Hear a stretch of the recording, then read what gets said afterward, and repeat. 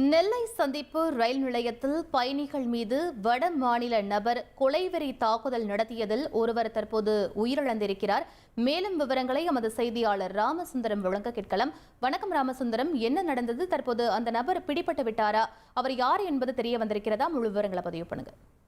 நெல்லை சந்திப்பு ரயில் நிலையத்துல 4 மற்றும் 5வது நடைமேடைகள்ல பயணிகள், அதாவது கோவை மற்றும் பாலருவி எக்ஸ்பிரஸ் ரயிலுக்காக காத்திருந்த போது திடீரென அங்கு புகுந்த வடமாநிலத்து இளைஞர் ஒருவர் சரமாரியாக கட்டைகள் கொண்டு அந்த பயணிகள் மீது தாக்குதல் நடத்தியிருக்கிறார்.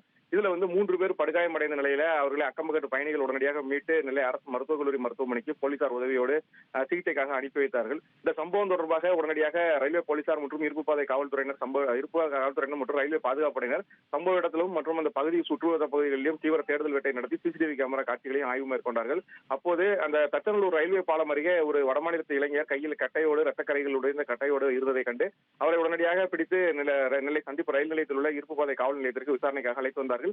அந்த காயமடைந்த நபர்கள் குறித்த விசாரணை மேற்கொண்ட போது 3 பேர் அதுல காயமடைந்திருந்தார்கள். அதுல கோவை மாவட்டத்தைச் சேர்ந்த தங்கப்பன், அதே போல கேரள மாநிலத்தைச் சேர்ந்த பிரசாத், தூத்துக்குடி மாவட்டம் வாஞ்சிமணியாச்சியைச் சேர்ந்த பாண்டித்துறை ஆகிய 3 பேரும் காயமடைந்ததாக கிடைக்கப்பட்ட தகவலை தொடர்ந்து போலீசார் வழக்கு பதிவு செய்து விசாரணை தீவிரப்படுத்தினார்கள். இந்த சிகிச்சை 3 பேருக்கும் நடந்து வந்த நிலையில தற்போது கோவை மாவட்டத்தைச் சேர்ந்த தங்கப்பன் என்பவர் சிகிச்சை பலனின்றி உயிரிழந்திருக்கிறார். மற்ற இருவருக்கும் தீவிர சிகிச்சை பிரிவில் சிகிச்சையானது அளிக்கப்பட்டு வருகிறது. அந்த பிடிபட்ட அந்த வடமாநிலத்து இளைஞர் குறித்த விசாரணை மேற்கொண்ட போது பீகார் மாநிலத்தைச் சேர்ந்த சூரஜ் என்பது முதற்கட்ட விசாரணை தெரிய வந்திருக்கிறது.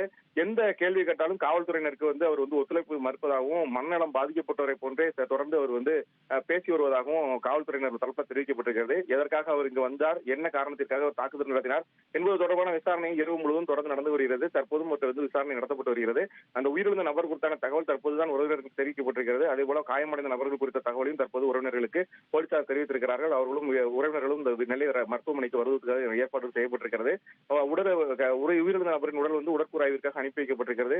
தற்போது ரயில் நிலையத்தில் அந்த வடமாநில இளைஞரிடம் விசாரணையும் மேற்கொள்ளப்பட்டு வருகிறது.